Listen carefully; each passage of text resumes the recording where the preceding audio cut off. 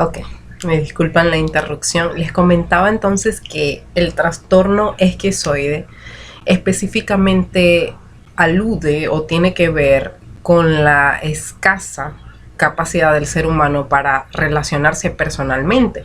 Y les colocaba el ejemplo de los entornos sociales, específicamente de las fiestas, de las reuniones sociales, en donde les comentaba que sí se me dificulta un poco establecer relaciones cercanas con los demás. Entonces ustedes me van a ver quizás hablando incluso con los niños o con los adultos mayores que suelen sacarme mucha conversación. Suelo tener buenos amigos adultos mayores, pero con mi entorno me cuesta establecer conversaciones, relaciones cercanas. Entonces eso siempre lo noté.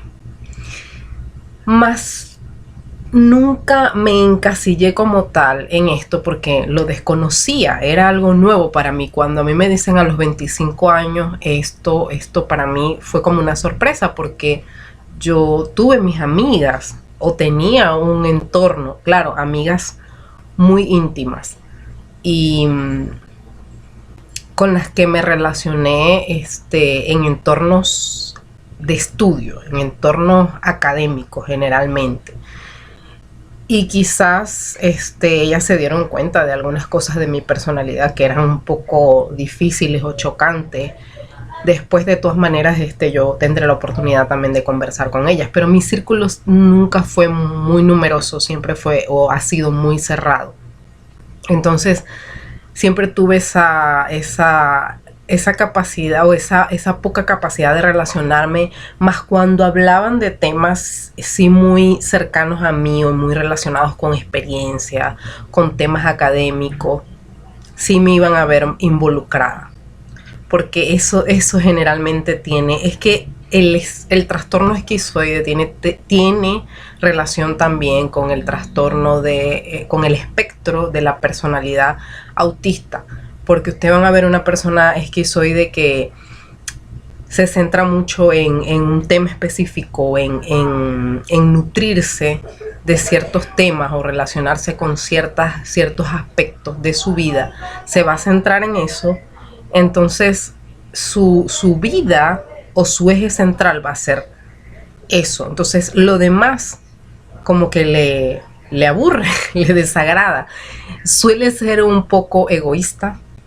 A lo mejor las personas van a decir es un narcisista o lo van a confundir con una persona narcisista. No me considero una persona narcisista, pero sí suelo ser una persona muy apegada a no digamos a mis habilidades, sino a lo que me gusta hacer, a mi entorno más cercano, a lo que disfruto. Suelo pasar mucho tiempo a solas y disfruto estar a solas. Y la persona que esté conmigo, fíjense que yo establecí una relación de pareja, estoy ahora en una relación, en un matrimonio. La persona que está conmigo, yo le decía a mi esposo en estos días, tú tienes que entender que yo desde niña disfruto mi soledad, disfruto mi independencia, me gusta hacer cosas a solas y es algo que no me puedes quitar.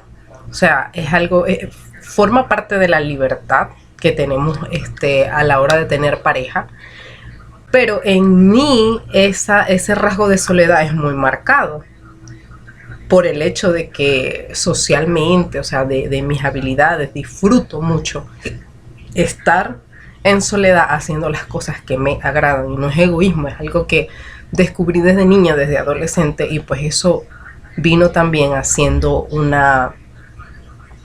como un expediente en mi vida.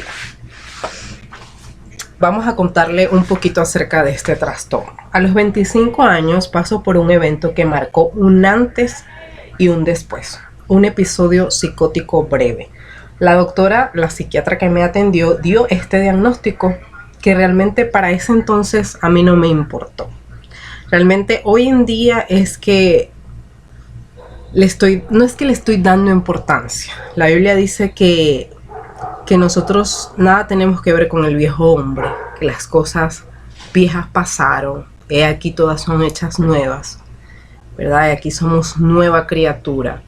Pero siempre que nosotros usemos nuestro pasado para glorificar al Padre, para darle gloria a Él por lo que Él hizo, es importante que lo demos a conocer, porque no sabes qué persona está pasando por tu misma situación y tú le vas a ayudar y vas a glorificar al Padre, pero también vas a ayudarlo a Él a salir de esa situación, porque yo quiero que tú entiendas que si yo pasé por esto, lo viví y pude ser libre de toda esta situación, yo quiero que tú entiendas que tú también puedes ser libre de todo esto.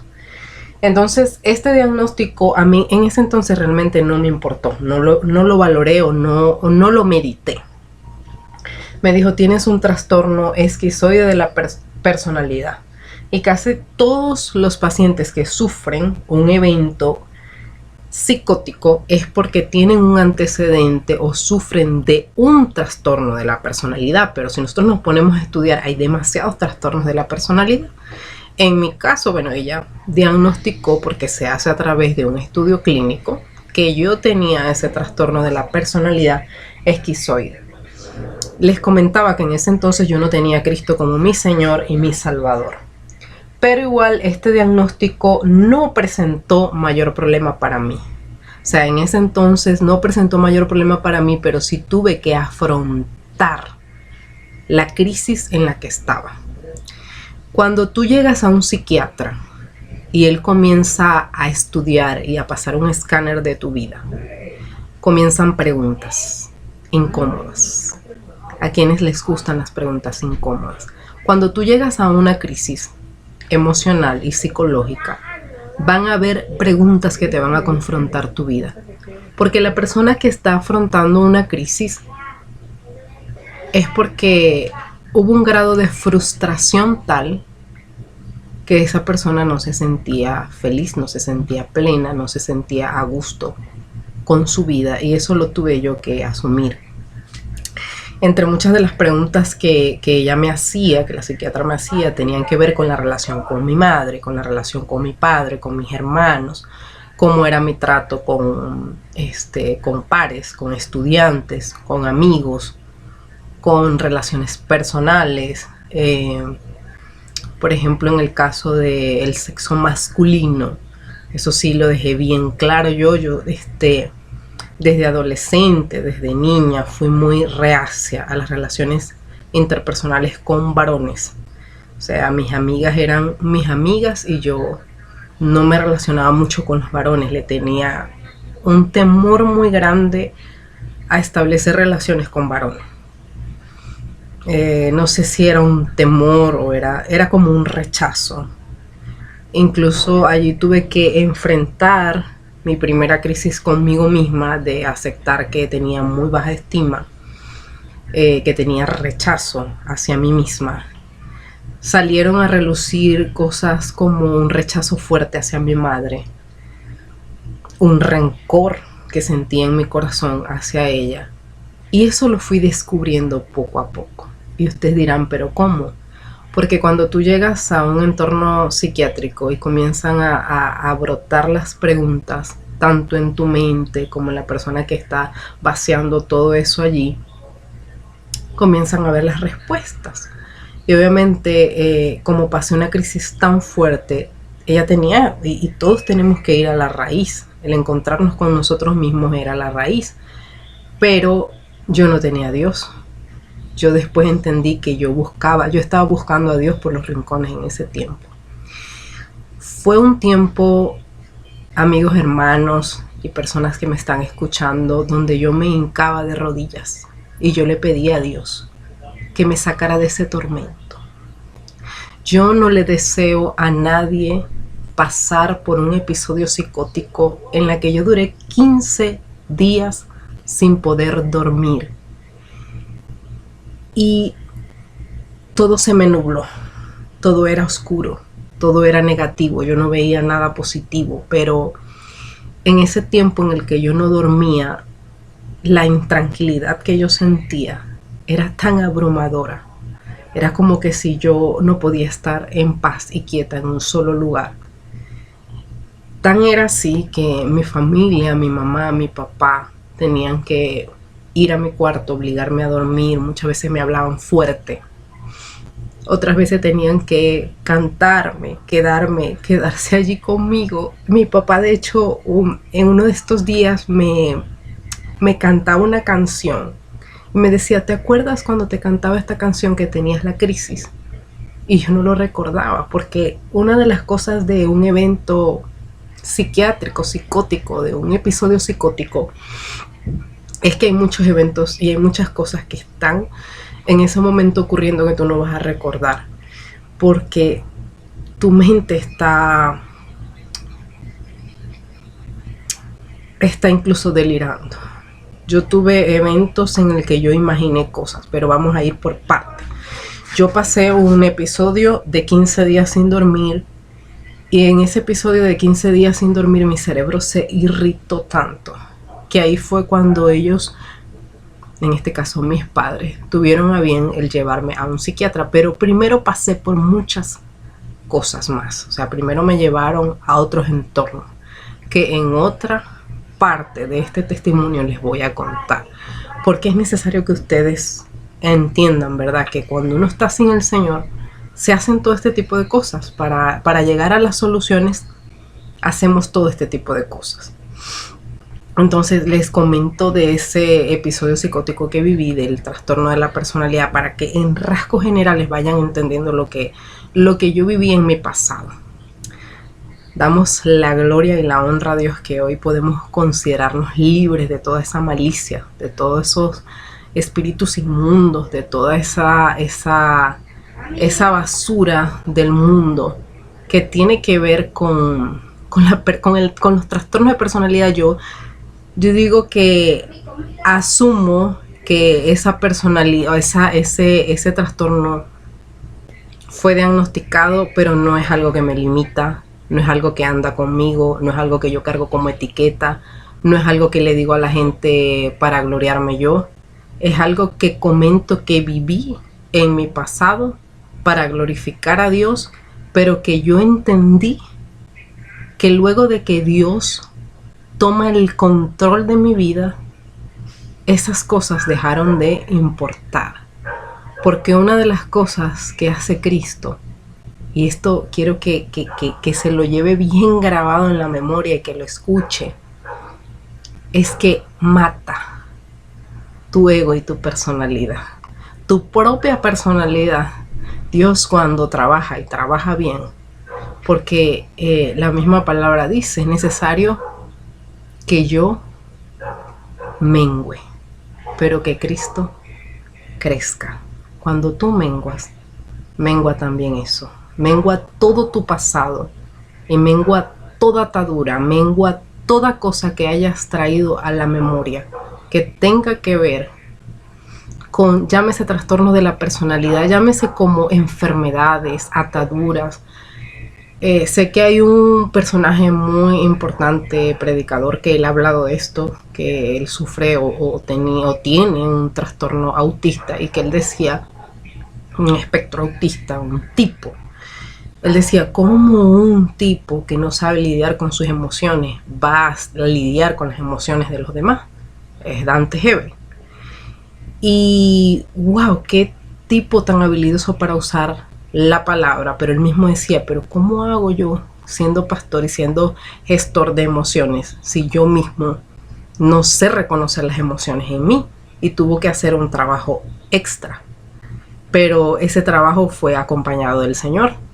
Yo estoy completamente segura de que sin el Señor él no hubiese podido avanzar y lograr lo que ha logrado hasta estos momentos. Entonces, cuando yo comprendí que Cristo era el centro de mi vida, todas esas cosas se fueron yendo, porque mi pensamiento fue renovado a través de la palabra. Y cuando el pensamiento es renovado, tu personalidad, tu carácter, tus características como hombre social que eres, va cambiando, va mejorando, va optimizándose, va perfeccionándose. Hoy puedo decir que no soy la mujer más habilidosa socialmente que conozco, pero soy una mujer que puede abrazar, soy una mujer que en el entorno comunitario puedo dar una palabra, puedo saludar a las personas que tengo a mi lado. Siento que la iglesia, el vivir en comunidad, me ayuda mucho, me ha ayudado mucho. Y son una de las cosas que ha cambiado también el rumbo y mi dirección, porque yo pienso que vivir en comunidad, vivir en iglesia, entre hermanos, en fraternidad, es lo mejor que te puede pasar, es lo mejor que le puede pasar a una persona con trastorno esquizoide o que tenía eso, esa malicia, pero que poco a poco el Señor fue renovando. Entonces les voy a ir gradualmente a través de esta serie comentando qué fue más o menos lo que yo viví a través de este trastorno y cómo el Señor a través de la palabra fue trabajando muchas cosas que venían a mi memoria y que, claro, en ese momento yo no trabajé a través de la palabra, yo no tenía la palabra revelada, pero que hoy en día, después de 25, 30, casi 10 años, yo puedo hacer memoria y cuenta de qué fue lo que pasó, de reflexionar, porque uno tiene que siempre ir al pasado para glorificar a Dios, pero para también no volver a repetir este tipo de experiencias. ¿Qué te sirvió? Tu pasado siempre te enseña, tu pasado siempre tiene que ser un maestro importante para tu vida futura y para tu presente. Él siempre te está enseñando, Él te enseñó lo que debiste y lo que no debiste hacer. No debemos ser esclavos del pasado para nada, pero sí debemos tenerlo como un aleccionador de que si nosotros estuvimos en situaciones difíciles y pudimos afrontarlas, asumirlas, hacerles frente, e incluso no teníamos a Dios en el corazón y lo hicimos, y hoy en día podemos reflexionar acerca de eso, es porque tu pasado es una tremenda lección para todo aquel que haya vivido una situación similar y para todo aquel que no conozca la situación pero que quiera indagar acerca del tema. Entonces es una fuente importante de aprendizaje. El pasado siempre nos conecta con la enseñanza, con lo que aprendimos, con lo que fuimos. No debemos vivir en el pasado recordando o añorando cosas. Hay gente que romantiza el pasado, pero sí debemos tenerlo allí como un precedente para decir, hey, pisaste por aquí, hiciste esto, lo hiciste bien, lo hiciste con las herramientas que tenías. Hoy en día conoces más, hoy en día tienes este conocimiento, esto lo pudiste usar, pero sencillamente en ese momento no lo tenías y así lo hiciste y así lo resolviste, sin temor de él, sin reproche alguno de él, pero con la firme confianza de que fue tu maestro. El pasado siempre nos enseña algo.